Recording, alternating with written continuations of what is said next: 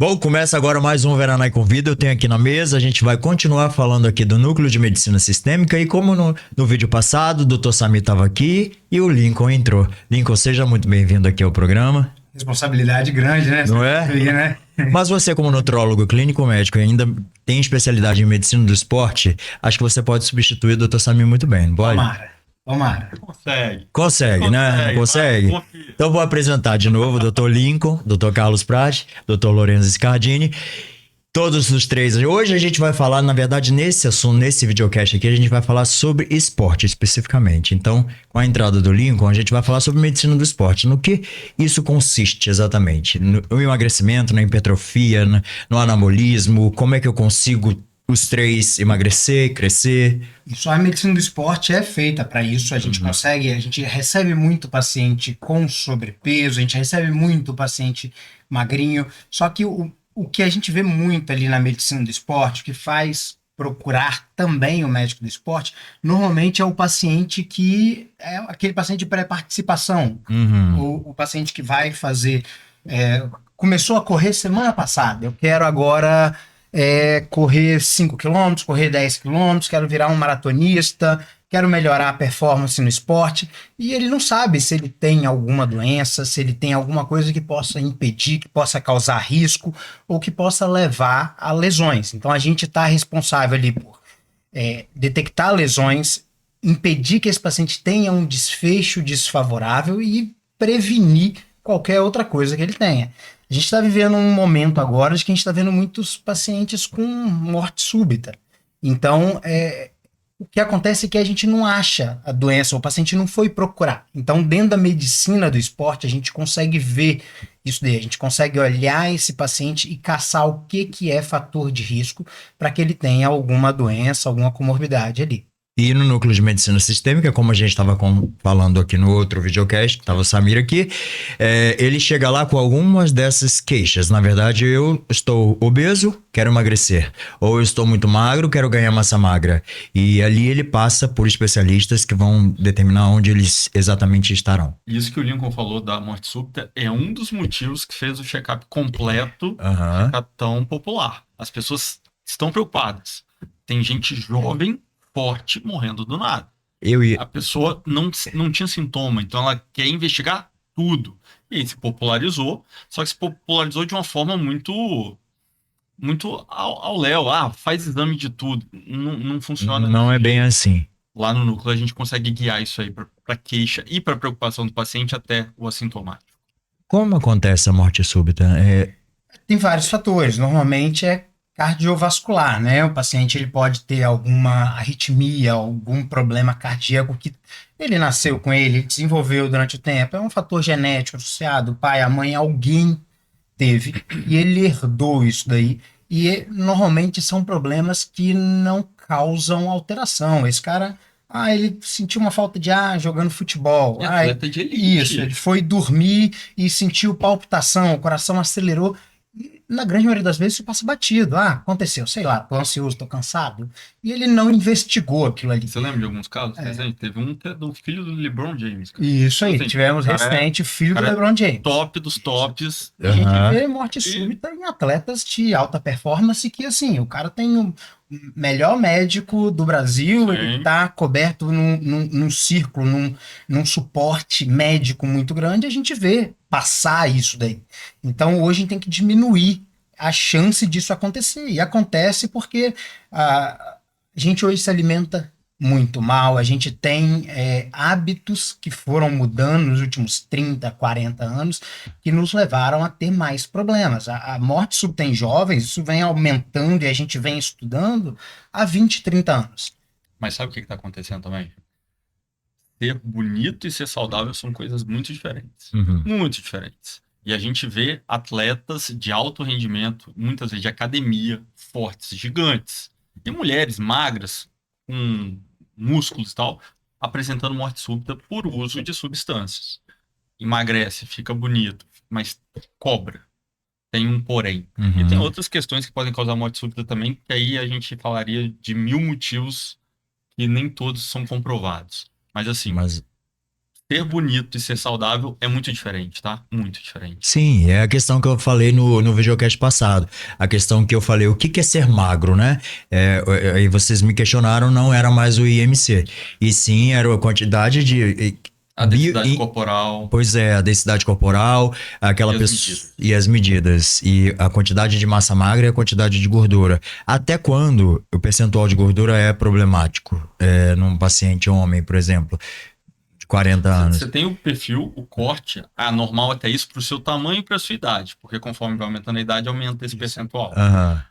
De cabeça, não sei. O que a gente tem que ver é que não existe o peso ideal, né? O que a gente sempre vê, as pessoas começam a medida mesmo, é a questão... O peso ideal. O que é o peso ideal? O peso ideal é um balanço entre a sua qualidade de vida e a sua aparência. Não tem como um paciente obeso, nossa, eu tô no meu peso ideal. O paciente está muito grande. É complexo, porque a gente vive muito aquela de romantizar um problema muito grave que é a obesidade. E também não existe aquele paciente que é muito magro, nossa, estou no meu peso ideal. O peso ideal é o peso que você tem qualidade de vida com ele e bem-estar com ele. É esse que é a sua qualidade de vida. A gente vai pensar sempre no paciente. Mulheres e homens têm uma composição corporal muito diferente.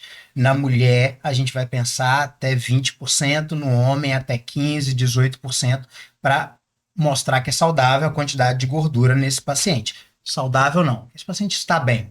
Eu tô bem, então. 8% eu tô bem, né? Tá bem. Tô bem. Eu já tive 4 aí. Tô sem reserva. Mas olha, a câmera tá virada pra mim. Não dá sorrisinho não, porque eu quis te anular, entendeu? Agora eu vou trazer pra ele. Que na outra ele falou mais sobre psiquiatria. E eu sei, a gente acabei de saber que você também tá estudando, mas ainda não fez a especialização de medicina do esporte também, Isso, né? eu estou em processo. Tá em processo, mas já pós-graduando. Pós-graduando. Nada menos do que pós-graduando. Mas a gente pode entrar com esse assunto e aí, o que você tem a sugerir aí mais nesse assunto? Primeira coisa que eu acho que já é maravilhoso as pessoas estarem interessadas em ouvir, em falar e em conversar sobre emagrecimento, bem-estar, atividade física, porque parecia que há pouco tempo atrás ninguém queria falar disso e atualmente esse assunto vem batendo bastante nas mídias e isso é uma coisa muito boa. Então a gente tá falando de saúde, né? E a nossa saúde, tanto mental quanto física, elas estão ali muito próximas e relacionadas uma com a outra. Nós precisamos das duas bem, né? Hoje a gente tá num papo de emagrecimento, de fortalecimento. O Carlos Eduardo, ele citou esse assunto de pacientes que às vezes morrem tomando algumas substâncias. A gente sempre tem que alertar, cuidado com as substâncias do mundo underground, coisas que você não sabe muito bem o que você está ingerindo, o que você está colocando para dentro, quantidades absurdas, ciclos totalmente errados, em pessoas que não eram para estar tomando aquilo, gente que tem risco de câncer, risco de doenças cardiovasculares graves, entendeu? Então a gente tem que estar conversando, falando sobre isso. É importante a gente alertar as pessoas. Tem até agora, né, o Fake Natty, né, que tá bombado aí na internet, o Rodrigo Góes, né? E ele traz isso de uma maneira legal, uma maneira engraçada, divertida, mas também com responsabilidade para as pessoas ficarem cientes de que não é só se apaixonar pelo suco, como ele fala, né? Você tem que ter sua responsabilidade, seu cuidado, saber o que é que você está colocando ali para dentro, para que você, se não precisar disso, não faça o uso indevido dessas substâncias. Perfeito. Que normalizamos muito hoje, né? A gente... Ainda mais jovens, né? Quando eu comecei a malhar, sei lá, 20 anos atrás, 18 anos atrás... Vai botar o Instagram dele aí? Você vai revelar que você usa o suco? Não acredito nisso. Calma. 18 era um tabu muito grande o pessoal falar sobre anabolizante. Hoje... Hoje o quê? Hoje, cara, assim, é um assunto... Qual você faz? Qual que você tá Qual que você usa? Qual o ciclo? Como é que faz? Então? Esse é o papo de academia, né? É igual quando é o papo normal, você não tem mais RG, nem você pega. É o arroba. Pra você, vou fazer igual. Rapaz, é problema atrás de problema. Porque só mostra o que dá certo. Até o pessoal que gosta ali de fazer um negócio antes e depois. não mostra depois do que dá errado. Não mostra, não mostra. Filho feio, ninguém tem pai. Não tem pai, né? Eu gosto. Então, assim, quando dá errado, a pessoa simplesmente manda para outro profissional resolver. Vai lá. Infelizmente, essa parte aqui com você não funcionou, você vai resolver com outro profissional. Isso é complicado. Vamos voltar nesse assunto dos anabolizantes depois. Mas primeiro eu queria comentar. Esse a gente tem que frear. Ninguém toma, gente. Difícil. Ninguém toma. Ninguém é grande, assim. Todo mundo é natural, enfim.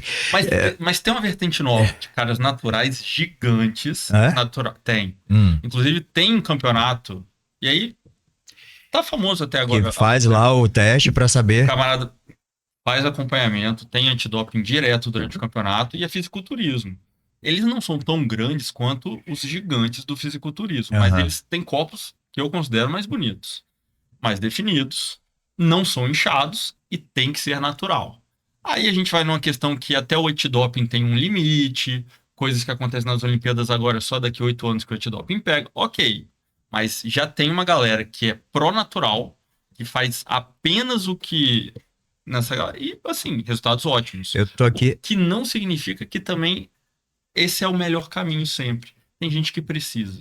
E aí a gente divide. Lembrando que essa quantidade de exercícios que eles estão fazendo são gente que tá à frente. Aceitando viver isso. Sim. Né? Então, assim, não é todo mundo que quero ficar forte, natural. Exatamente sem isso. ser natural. A quantidade de exercícios. Depende, é um atleta, né? Exatamente isso que eu ia falar. Sem usar nenhum tipo de anabólico é mais difícil, claro. É muito mais sofrido. E aí vem a facilidade. Não, exatamente isso que eu ia falar. Eu tô aqui pra ser neutro e deixar vocês falarem, mas eu sou um cara que eu não gosto dos corpos dos fisiculturistas. Acho muito seco, muito feio, parecem doentes. E eles mesmos sabem, tanto que é feito para aquela competição e depois daquilo eles saem um pouco daquela estrutura que eles ficam, com aquele sofrimento que eles têm mental, sim, eu acho psicológico enorme, né? Porque não pode comer isso, não pode comer aquilo. E sem dúvida. É algo muito psicológico para que eles cheguem naquela competição com aquele peso ideal. De altíssimo rendimento também. Um esporte extremo. Então, para mim, é muito sofrimento. Não só no fisiculturismo, qualquer esporte que você vá praticar a ser o melhor de um nicho, o melhor do estado, o melhor do país, o melhor do mundo, o saudável passou longe. É saudável correr 40 quilômetros, depois pedalar não sei quantos quilômetros e nadar? De atleta, adora. O saudável é só até aqui. A partir daí é lesão. Ele tá dizendo que é saudável. É mais complexo do que isso. É muito mais complexo do que isso. É uma discussão que muito boa. Exatamente. E aí você pode fazer o triatletismo como hobby. Eu gosto de fazer, eu pratico. Com o tempo, seu corpo se acostuma e é uma atividade natural. Agora, para você fazer a ponto de ser o primeiro em qualquer coisa, eu quero ser o melhor jogador de futebol de tal lugar. O seu joelho vai desgastar. Aos 30 anos, seu joelho vai estar todo machucado. Não é saudável, mas é o que aquela pessoa quis para ela como objetivo de vida. E não estamos aqui para criticar. E não temos como fortalecer antes de desgastar o joelho. Tem, só que a nível que você faça até um certo ponto. Quando você quer ser o melhor, você passou esse certo ponto há muito tempo. Aí a medicina vai entrar mais em redução de danos, né, Lincoln? A medicina ela vai tentar fazer uma redução de danos muitas vezes nesses atletas de altíssima performance aí, entendeu? Então, assim, muitas vezes não é proteger, blindar, chegar pro atleta e falar, você vai chegar com 80 anos e vai estar perfeito. Não é isso. É tentar proteger o máximo possível para ter um desgaste menor possível dos problemas dele. Essa questão do atleta de alta performance, eu tive a oportunidade de ir lá no Núcleo de Medicina Sistêmica e tinha o Dr. Felipe Canal lá, tratando dos excessos de pele, no caso do emagrecimento. Correr muito, porque a gente tem essas máximas, né? Correr muito, alto impacto, realmente torna a pele mais flácida, as pessoas... Se a pessoa perdeu a medida muito acentuada, sim. Se era um paciente muito obeso e perdeu muito rápido, ele vai ter, porque... Mesmo não sendo obeso, o impacto da corrida. Não, aí no impacto da corrida, não. O paciente que sempre foi magro, aí virou corredor, era jogador de futebol, alguma coisa. A idade, isso, e tem vários fatores, exposição solar, água do mar. Não é a prática em si do esporte, a adaptação fisiológica do esporte que causou a flacidez. Aí tem outros fatores, né? Ele tem que ser avaliado pelo Dr. Felipe. Depois ele que vem aqui se justificar. Mas assim, Felipe vem aqui e resolve esse problema que não é o esporte ali, a gente fala o esporte endurance, que vai deixar o paciente flácido. Sim. Entendeu? Acontece de ser o paciente que perdeu muito peso, a gente tem que avaliar. Por isso que esse controle de peso ele tem que ser bem ajeitado, bem ajustado, para que esse paciente faça esse reajuste aí e tenha uma boa adaptação a isso. Mas que é natural, a gente vê pacientes pós-bariátricos sobrando a pelezinha ali, que algumas vezes tem que ser de correção cirúrgica, algumas vezes a gente consegue corrigir com fortalecimento, aumentando o tônus muscular desse paciente, e ele fica melhor. Mas, em outras vezes, não tem jeito. Eu sempre gosto de trazer a roda no outro videocast. Eu trouxe a questão da Kim Kardashian que o Carlos trouxe, e vou trazer a questão do Jojo Todinho agora. Não, vou trazer, porque a gente precisa ser visto. Vai jogar essa bomba aí, né? Assiste a gente, Jojo Todinho. Poxa, eu sou super seu fã, porque eu acho que a Jojo é interessante. Ela veio da quebrada, como dizem, né? E ela aprendeu lá, quer aprender o português, falar correto. Que pergunta você vai fazer? Por que ela quis emagrecer, né? Sem fazer a bariátrica, não foi isso? Okay. E aí as críticas vêm em cima dela de que ela não tá emagrecendo 1 quilo. Não tem ali, ela com o poder da influência dela, ela quis influenciar que ela pode emagrecer com forma natural, de forma natural, orgânica. Que pode, mas para ela fazer mas ela não isso, tá emagrecendo, a real é essa. Contra tudo que ela fez até hoje. Sim. Então, não sei a idade dela, 30 anos, digamos. Ela é nova. Ela é nova. Então, assim, ela tá há 30 anos fazendo X. Pra mudar pra fazer Y, não é tão fácil. É igual quem tenta parar de fumar, gente. Sim. A pessoa fuma há muito tempo, tenta parar de fumar. Você não procurar ajuda, você vai passar muita dificuldade. Perder peso tá longe de ser fácil. Carlos, olha só. Vamos lá. Polêmica. Vai. Não, sem polêmica. Mas assim, o ganho e a perda de peso, ela é quanto você ingere de caloria e quanto você gasta de caloria. Não existe a questão glândula, né? Que a gente ouve. Eu desde pequenininho. Não existe, tem é um caso raro, não pode ser uma muleta do paciente. Não, ganhei peso porque minha tireoide... O fenômeno é essa. Minha glândula tireoide não trabalha direito. Como no programa passado, o Samir usava a palavra, se o paciente ele tiver alguma coisa estragada nele, tudo bem, ele pode ser que tenha alguma coisa. A gente trata essa coisa estragada e ele tem que perder peso. Sim. Mas assim... Que é o hipotireoidismo, né? Isso. Alguns hormônios... algumas outras mas coisas. a tireoide, ela funciona no metabolismo. Se ela funciona demais, a pessoa tem dificuldade de ganhar peso. Então a pessoa fica emagrecida. Se ela funciona menos, essa pessoa tem um metabolismo mais lento, tem dificuldade de gastar energia. É o hipo. Entendi. E aí sim é o hipo. Isso não é a questão da Jojo, que senão ela levantaria como influência. Não, imagino que... E aí, continue. Então, assim, tem alguns pacientes que eles vão ter, mesmo se reduzir a dieta dele, vou fazer uma dieta bem baixinha ali, com 900 calorias, 1000 calorias por dia, e ainda assim vão ter dificuldade em ter uma perda de peso. Muitas vezes a gente vai olhar e a gente vai ver que a gente tem uma taxa metabólica basal. O que é isso? É quanto a gente, mesmo se a gente ficar sentadinho, deitadinho, o dia inteiro dentro de casa, quanto o nosso corpo vai trabalhar para queimar a nossa gordura do nosso dia. É o que ele está funcionando, o nosso corpo está funcionando mesmo se a gente não se mexer. Então, tem gente que tem uma taxa metabólica basal um pouco mais baixa, e aí você precisa fazer alguma coisa para tentar aumentar também essa taxa metabólica basal. Não é só diminuir a caloria e aumentar muitas vezes o exercício. Às vezes a taxa metabólica basal também precisa de um up ali, entendeu? Mas basicamente é uma conta. Então, no caso da Jojo Todinho, não sei, não tenho os exames e nada disso, nem o que ela tá fazendo para gastar energia, mas ela tem que estar fazendo um acompanhamento em que o gasto energético dela seja muito maior do que ela está ingerindo, para ela conseguir perder peso. Senão não vai ter jeito. Basicamente é matemática isso, entendeu? E tempo, né? E também não existe perda de peso muito. Também não é assim, né? Vou lá em um mês, vou perder... Então a internet é ruim, né? A internet, ela cobra. Então, em cima da internet... Imagina, são quantos anos comendo errado, igual você estava falando, na prática de exercício errado. Demora. E agora quer emagrecer em 6 meses? Não, vocês estão me dando. Eu entendi isso. Então, internet, por favor, eu entendo que a internet. Pega leve. Pega leve, Todo mundo tem direito a querer emagrecer, todo mundo tem direito a querer ter saúde. Claro. E tem seu tempo. E tem seu tempo. Então, mas aí, já que a gente pegou esse gancho, eu tô sentindo um papo mais descontraído, eu vou entrar no caso Maíra Card. Aí é o seguinte. Mas, não, eu não vou entrar no caso Maíra Card empresária, não. Se ela é nutricionista, ela não é. Rico, não. Ela é esposo. Ela é casada, acabou de casar com ele. Eu sei.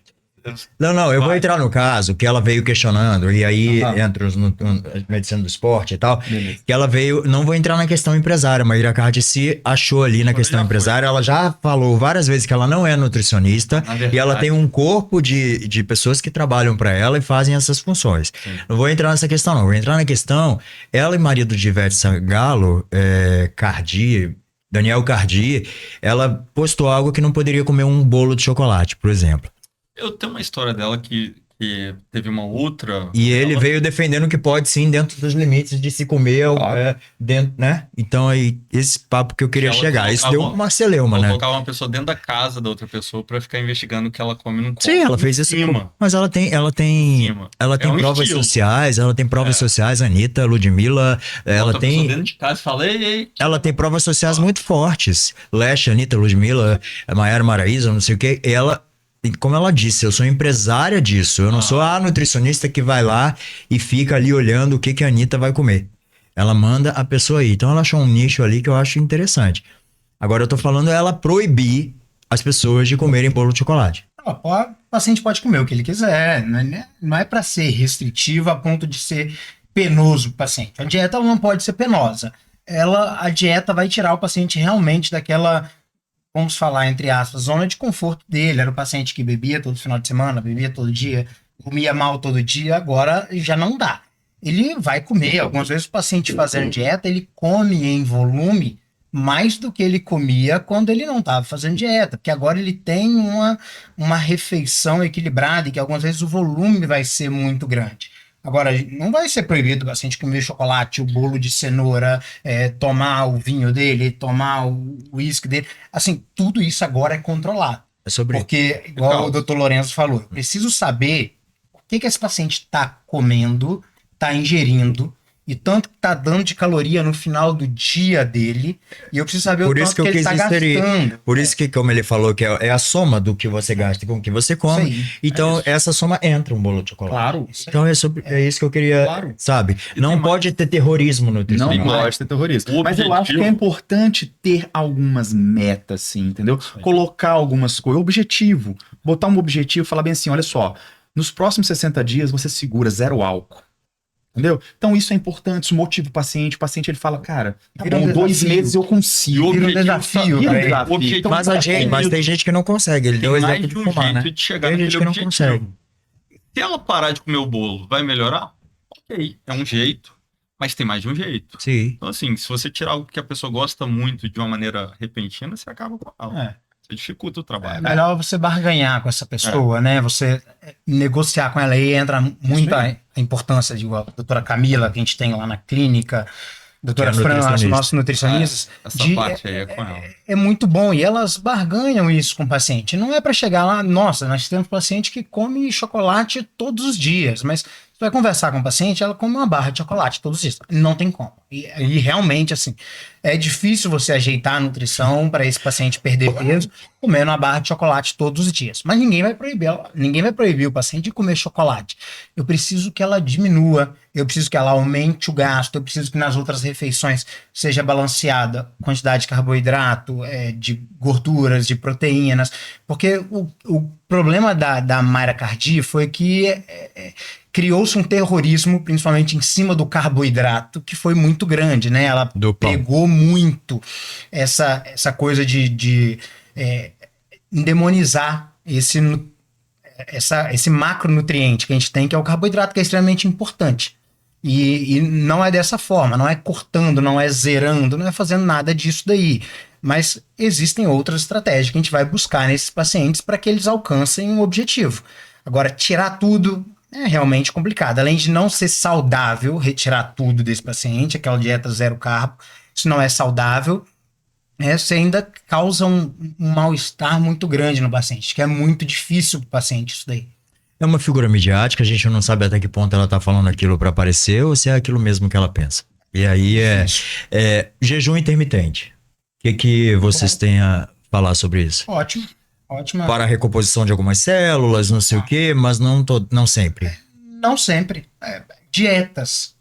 A gente tem 50 mil tipos de dieta. Eu posso fazer uma dieta amanhã. Quero fazer a dieta da... zero carboidrato, que é a cetogênica. Mas é só uma vertente. Tem mais de um jeito. Isso, eu quero fazer a dieta do Lincoln. Dieta de banana e espinafre. Eu coloco meu nome lá e virou a dieta de banana e espinafre, é a dieta do Lincoln. A gente pode fazer 50 mil tipos de dieta. Não tem como falar mal de todas. Todas têm falhas, todas têm benefícios.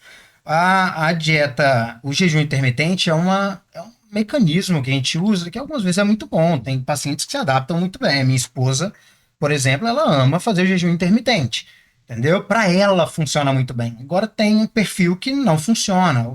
O cara que malha muito forte de manhã, paciente de endurance, que faz uma atividade física muito intensa pela manhã, você tem que tentar ajeitar. Tem pacientes que não se adaptam, tem pacientes que amam comer a refeição mais volumosa de manhã. Você querer a verdade é que não tem a dieta perfeita para todo mundo. Não. Tem a sua dieta perfeita.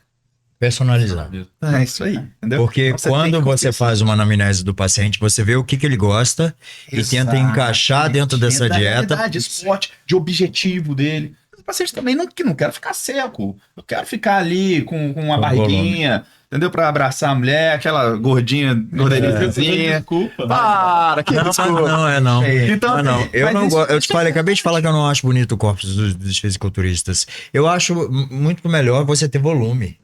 Não, mas então você tem que ter o seu objetivo e você tem que mostrar isso pro seu médico, entendeu? É assim eu gosto. Claro que pode melhor. Tem barriga, o que eu posso fazer, claro. Mas assim, o que eu posso fazer para que eu consiga conquistar o meu objetivo e por aí vai, entendeu? Então, voltando ao núcleo de medicina sistêmica, o paciente chega lá com maior índice de, né? Da outra vez a gente falou que era questão para emagrecer mesmo. Isso. Porque quando o Samir iniciou o núcleo, o foco era medicina do sono, obesidade, emagrecimento, nutrologia. Então, como o foco inicial há 22 anos, quando ele criou o núcleo, era esse, tem pacientes muito antigos que acompanham lá por este motivo. Nós entramos levando novas vertentes para o núcleo. Novos tipos de paciente, mas sim, o carro-chefe desde que foi criado era isso. E que possivelmente vai continuar sendo... E tudo bem. Tá ótimo, até porque é um paciente muito sistêmico. Ele chega lá com vários problemas, precisando de ajuda. Então, ele pode chegar lá relatando que é só perda de peso. Não, tô me sentindo gordinho, eu quero emagrecer, é questão estética. Na conversa você acha 30 problemas. E esse time do núcleo agora se formou como? Carlos, eu sei que é da família. Mas sou semi-família. Também sou semi-família. Também é semi-família. Tem uma nada. Esse núcleo de medicina sistêmica familiar funciona como? Né? Funcionou basicamente o seguinte. Eu já tinha um grupo de colegas médicos que eu queria montar uma clínica com eles há algum tempo. A gente já conversava sobre isso e tal. E eu já trabalhei com o Samir há um tempo atrás. Na época que eu ainda estava em formação, eu fui lá, acompanhei, vi como funcionava o núcleo. Ele me convidou para atender algumas vezes, mas eu ainda estava em formação, atender conjunto com ele, né? Me acompanha aqui nos atendimentos para você ver como funciona. E eu adorei. Mas aí eu tinha que correr atrás da minha formação antes de voltar. Aí eu fui atrás da minha formação, fiz uma pós-graduação em medicina esportiva. Guardou o sonho ali no cantinho. Também fez uma pós em medicina esportiva? O motivo que eu entrei na ortopedia... Vamos trazer mais exemplos. É diferenciado depois. Depois eu entrei na ortopedia, fiz mais 3 anos. Depois fiz especialização em joelho. E, ok, agora eu tenho uma bagagem que eu posso auxiliar o Samir nisso. E eu tinha colegas com as suas próprias bagagens que eu apresentei para ele. Falei, Samir, eu tenho tais colegas com essas especialidades, essas formações, você tem interesse que a gente comece a atender? E coincidentemente... Então você trouxe esses colegas? Trouxe. E assim, e você vai vendo que, na verdade, o Lincoln, na medicina do esporte, eu mesmo na psiquiatria, mas fazendo a pós-graduação em nutrologia, a gente gosta disso. Não, mas eu tô sentindo. A gente tem prazer em melhorar a qualidade de vida das pessoas e a nossa também, entendeu? Então nós estamos sempre juntos também fazendo nossos exercícios, entendeu? Então a gente casou muito bem.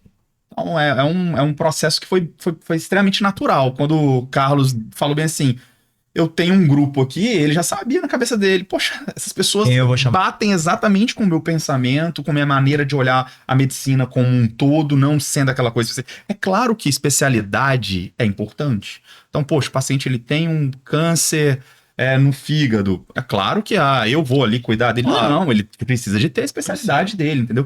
Mas a gente poder ter um olhar mais abrangente de toda uma situação, conseguir trazer um pouco daquele médico que olhava tudo, sem ser tão específico em alguns detalhes, eu acho que é extremamente importante trazer isso de volta. Não tem como o paciente chegar ali para mim com um tipo de transtorno da psiquiatria e eu olhar lá o exame dele com colesterol lá no alto e falar, isso aqui eu não vejo, isso aqui eu vou mandar para outro médico. Isso existe, eu preciso ver isso. Ele faz parte de um processo total ali pra mim, entendeu? Então eu tenho que olhar ele como um todo. E aí é esse olhar nosso, mais jovem e com esse pensamento... É isso que eu ia falar. Vem a tradição com a modernidade, né? E você vê que com o tempo, em algum momento, isso se inverteu. Antes os médicos olhavam tudo e tende-se hoje a serem super especialistas. Isso aí. E também é um baita problema. Eu sou especialista do joelho. Vai chegar um dia que o cara vai ser especialista do joelho esquerdo. Então, a gente tem esse problema do cara só ver uma coisa. Sim. Isso aí. Centrado. Aí começa a ficar ruim também. E a diferença do núcleo de medicina sistêmica é esse. Exatamente isso. A base dos médicos, ela é abrangente. É clínica. É uma base clínica. Vai chegar o paciente obeso, que ele é obeso, hipertenso, ele é diabético, e tudo isso é um problema ali agora. É um problema sentado na sua frente. Não existe nossa, eu vou passar para você aqui um remédio, você vai emagrecer, vai para casa, toma aqui, cardiologista, endocrinologista. Não, a gente vai tratar aquele paciente, a gente vai olhar. A gente não está à frente dessas especialidades, mas eu vejo tudo do meu paciente. Eu tenho que avaliar tudo dele, eu tenho que avaliar se esse paciente está hipertenso, se ele está diabético, se ele está tendo um problema com sono, igual o Dr. Samir falou, disfunção sexual. Então, assim, tudo isso tem que ser olhado naquele paciente. Não é mandar para o URI, não é mandar para isso. Claro, existem os pacientes que são específicos da doença, igual falaram do câncer de fígado. Claro, eu não vou tratar câncer de fígado. Isso aí é o oncologista.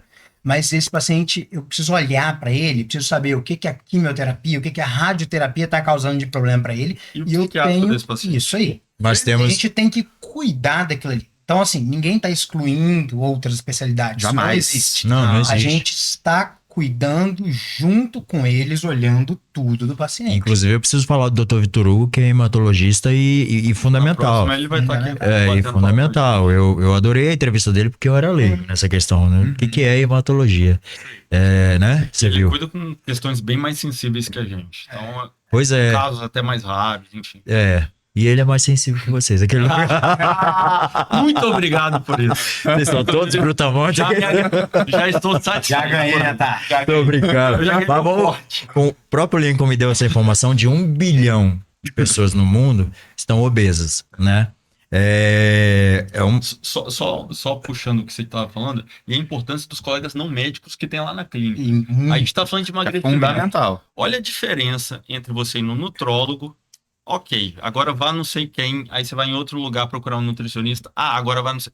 Lá, as nutricionistas estão junto com a gente. O prontuário, ele conversando a mesma língua. Exatamente. A gente já tem uma ideia de como a gente faz algumas coisas, a gente já tem um entendimento. Eu, na minha parte de ortopedista, geralmente como funciona? Nós operamos um paciente e esse paciente precisa de fisioterapia pós-operatória. E ele vai para um outro profissional da área da fisioterapia, que são essenciais. Tem uma sala lá, né? Com aparelhos. E aí eu tenho uma fisioterapeuta com uma sala do lado da minha que vai fazer acompanhado, e algumas vezes eu vou lá na fisioterapia ver como é que tá funcionando. Olha, é diferente. Muito com diferente. Certeza, com certeza. Aí, tipo assim, não fica aquele joga pro outro. É lá que não tá assim, é assim que não, e a fonoaudióloga que faz um trabalho incrível lá. A parte de sono com a fonoaudióloga. Porque sono, ronco, apneia, respirar, e a fono precisa fazer esse paciente de novo aprender a respirar com diafragma. Então, assim, é algo muito importante a fono. De novo, falando da psique do paciente ali, da parte psicológica, temos a doutora Cecília, psicóloga, que é difícil, de novo, assim, algumas vezes perder peso é fácil. A gente falou aqui de perder, o doutor Carlos falou de perder peso é difícil. Não, perder peso é fácil. Assim, todo paciente está empolgado. todo paciente está empolgado. É quanto tempo que dura a empolgação dele. Então, assim, é importante até Tem uma hora que pesa no psicológico. ter a psicóloga ali conversando com ele, ajeitando, olha só. Então, esse acompanhamento sistêmico, ver tudo do paciente é muito importante. Elas que realmente fazem tudo funcionar muito bem. Elas são ali o suporte de você. Né? Puxando um pouco pro meu lado, além disso, e aquele paciente que chega, eu não tô satisfeito, mas você olha pro corpo daquele paciente, aquele paciente tá bonito, tá esbelto, tá com a saúde em dia, tá tranquilo. Então assim, mas eu quero melhorar. Cara, isso tá matando ele. Então é a parte psicológica dele que a gente tem que estar de olho também. Então, isso tudo é mais uma das coisas que... E esse paciente que tem autoimagem distorcida, é remédio? Depende. Às vezes a psicóloga consegue resolver isso com uma terapia comportamental.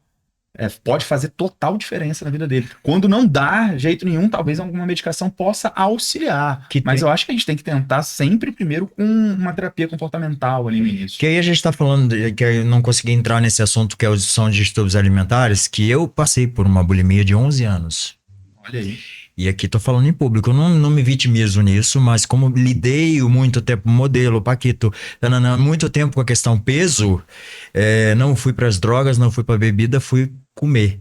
E eu fiquei 1 ano e meio vomitando 6 vezes ao dia, quase perdi meus dentes por causa do gastro, né, da questão. Fiquei 1 ano e meio vomitando 6, 7 vezes ao dia.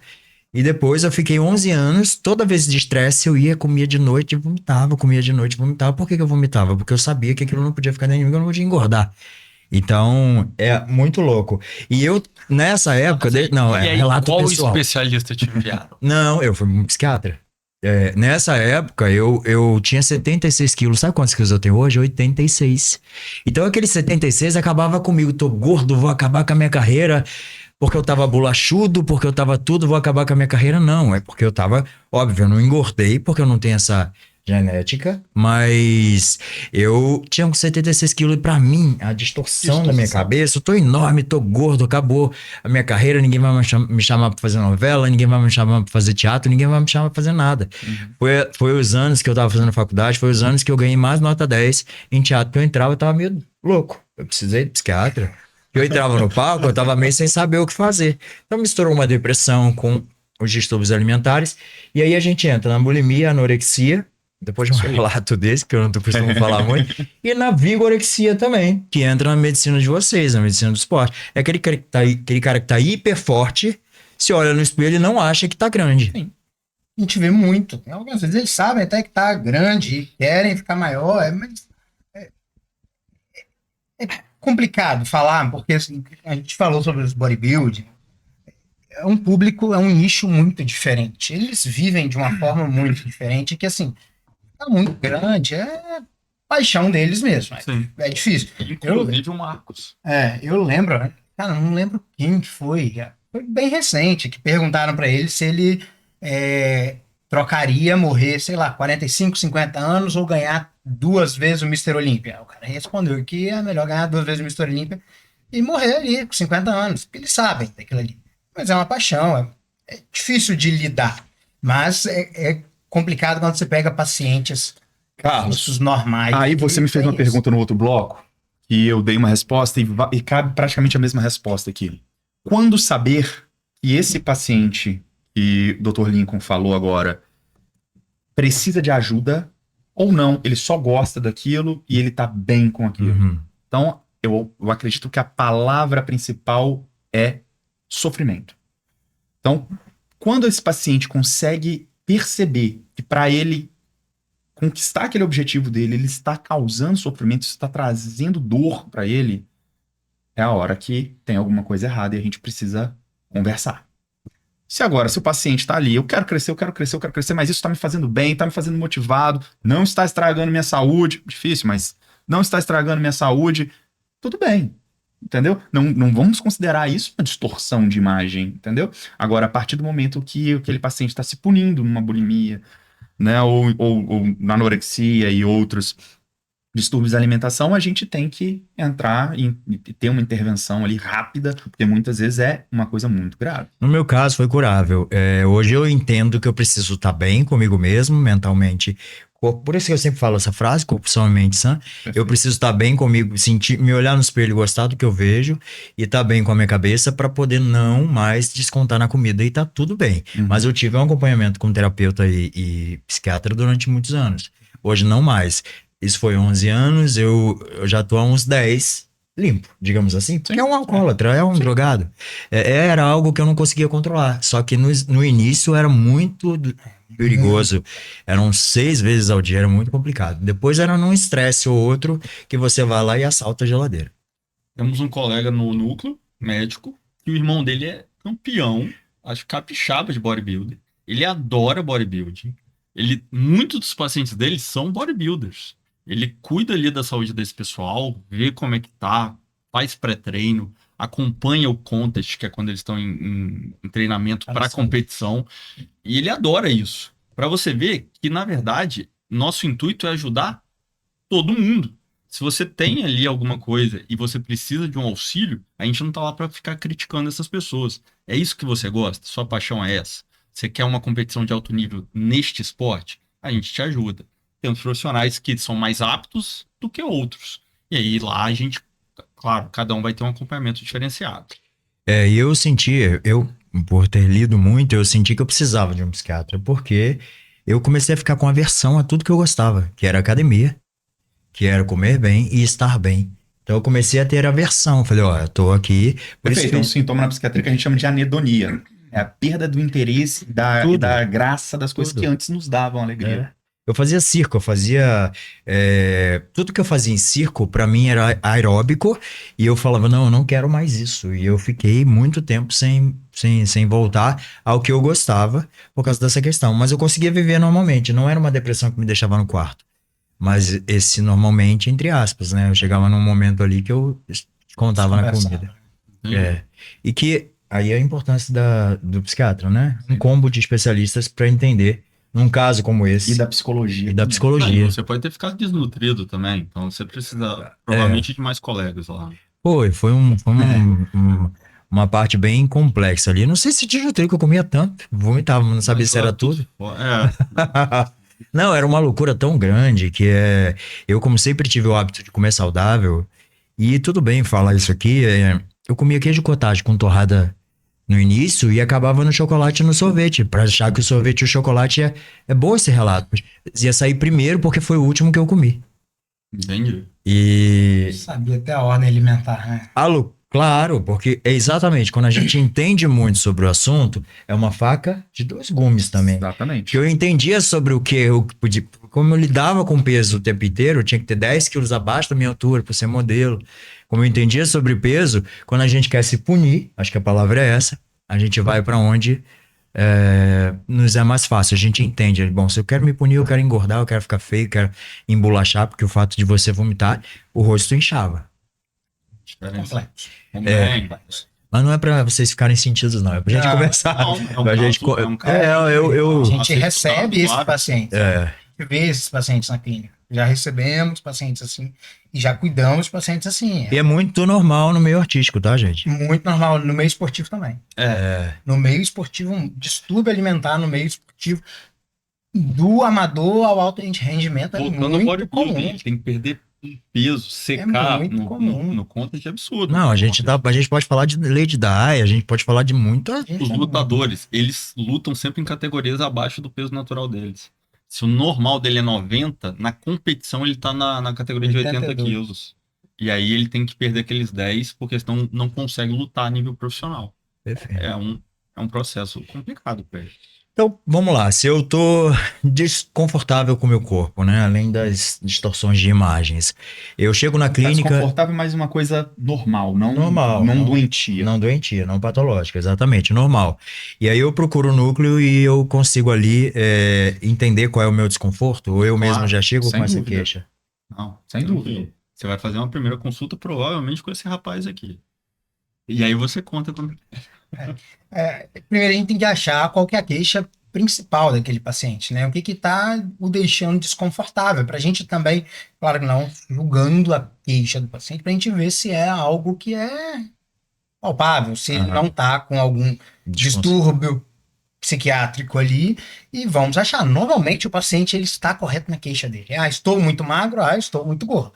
Vamos olhar, vamos avaliar aquele paciente, vamos ver peso, vamos ver medidas, vamos ver se tem doenças associadas com aquele peso. Mas você sabe que é um processo, ele vai demorar a falar, caso ele tenha bulimia. Demora, é por isso que a consulta dura 1h30, 1 hora, vai passar pelo nutricionista, vai passar pelo psicólogo. Porque que a horas gente acaba o Sami?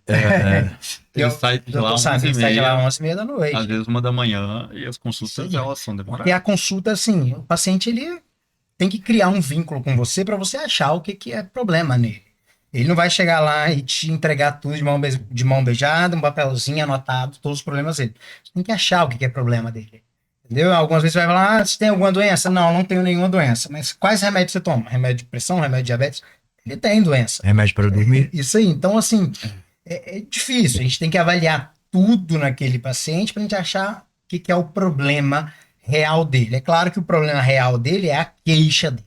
Então, só que a gente tem que achar o que está associado àquilo ali. O que tem a mais de problema para ele. O que isso pode causar de problema amanhã e de problema daqui 6 meses se não mudar. Entendeu? E isso é muito importante. Você até falar para o paciente o que vai ser problema lá na frente. Sim. Ele tem que entender que daqui 1 ano não vai ser daquele jeito. Entendeu? Que ele pode ter um infarto, um AVC, piorar um distúrbio psiquiátrico nele. Então, tudo isso é muito importante.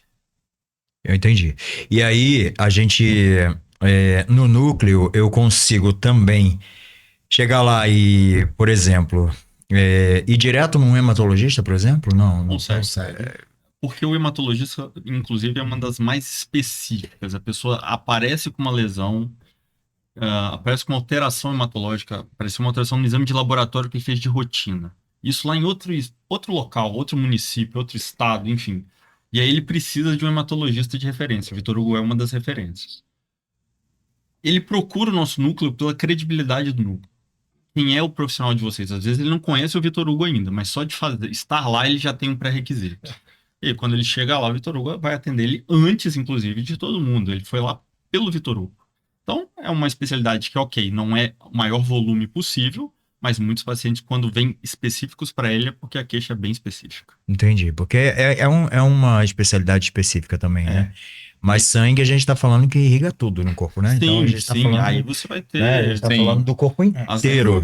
Você vai ter as doenças comuns, que são as anemias, mas eu não vou falar pelo Vitor Hugo aqui dentro. Não vou conseguir, mas tem os casos de leucemias, tem as doenças mais graves, tem pacientes que estão em rastreio de lesões. Aí a importância dos exames para chegar, para mandar para o oncologista. A importância do nosso check-up, inclusive. E tem as especialidades que são mais comuns, que a população conhece. A população sabe que se ela caiu de bicicleta e machucou uma região, ela vai no ortopedista. Ela sabe que ela tá triste, ela tá precisando tomar um remédio, ela vai direto no psiquiatra. E os que querem emagrecer, ou querem ganhar peso, ou querem ficar mais fortes, eles vão direto no nutrólogo, no médico do esporte. Então, as especialidades mais conhecidas, elas são a porta de entrada mais simples. Outras especialidades que eventualmente a gente precisa, que não são portas de entrada, a gente guia para lá. Problema.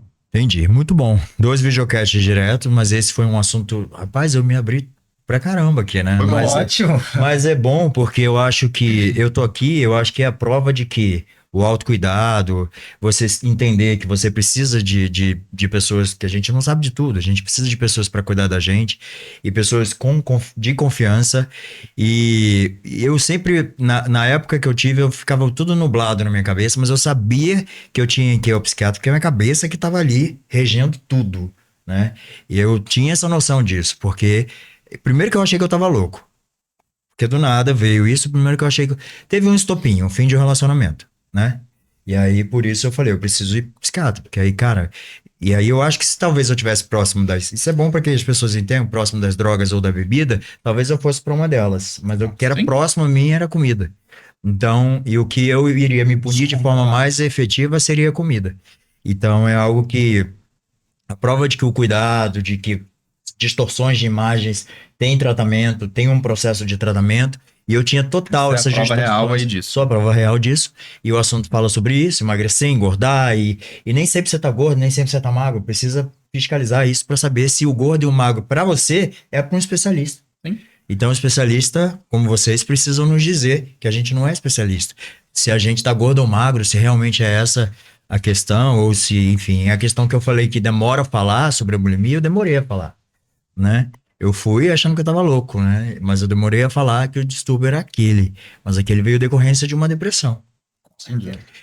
E aí lá no núcleo eu resolveria essa história. Resolveria. Ou Passaria pelo fácil. menos faríamos o máximo possível para que resolvesse. Claro que a gente tenta curar todo mundo, tenta tratar todo mundo e a gente faz o nosso melhor possível. Então, assim, se você precisa de ajuda em qualquer área, fica à vontade. Estamos à disposição para Estamos à receber disposição. vocês. Mas eu me considero hoje um vencedor por causa disso, porque eu fui procurar ajuda, né? Então, ó, A respeito da atividade física, só pra terminar, eu tenho uma frase legal pra gente botar um corte aqui, hein? Bonito. então vai. Pode até ter... Desculpa, corte de novo. Refaz. Pode até ser difícil acordar cedo, mas não ter motivos para acordar é ainda pior. Bom, então eu termino assim, né? Já que ele fez um corte específico. Eu quero ele prolongado. Né? Preciso de alguns vídeos. Não, é rápido. Pegou na primeiros 3 segundos, foi isso. Tá bom. Pode até ser o quê? Vem aí, o que vem por aí, né? Vai ser, boa. Então, ó, quero agradecer, segundo videocast aqui sobre onde a gente fala do núcleo de medicina sistêmica e também por fazer uma terapia, fiz uma terapia aqui já, né? É uma E terapia. muito bom, doutor Lorenzo, doutor Carlos, doutor Lincoln, e vamos falar mais. Qual é o próximo que a gente vai falar com o doutor Vitor Hugo E o Dr. Marcos? e o doutor Marcos? E aí depois a gente acha mais um e vê quem rendeu mais. Assunto não falta, não. Não falta não, tranquilo. né? Eventualmente, as meninas também podem vir à fisioterapia. Pronto, tá? que a gente não fez lá no programa, a gente... Aí vem a nutricionista, conversa as nutricionistas junto com o Link. Enfim, depois a gente consegue. Depois a gente conversa fora do ar, porque que esse papo foi muito mais descontraído sem a presença do Samir. Bom, é isso, Quando o gente. chefe sai da sala. É, o chefe sai da sala, eles ficam mais descontraídos. Inclusive eu me abri, né? Bom, fica aqui mais um Veranai Convida. Se você gostou desse vídeo, indica pros amigos, dê um like aí, ativa o sininho, que com certeza vai ajudar a gente aqui a aumentar o número de seguidores aí do programa, do canal Veranai Convida. Fica por aqui e até o próximo programa.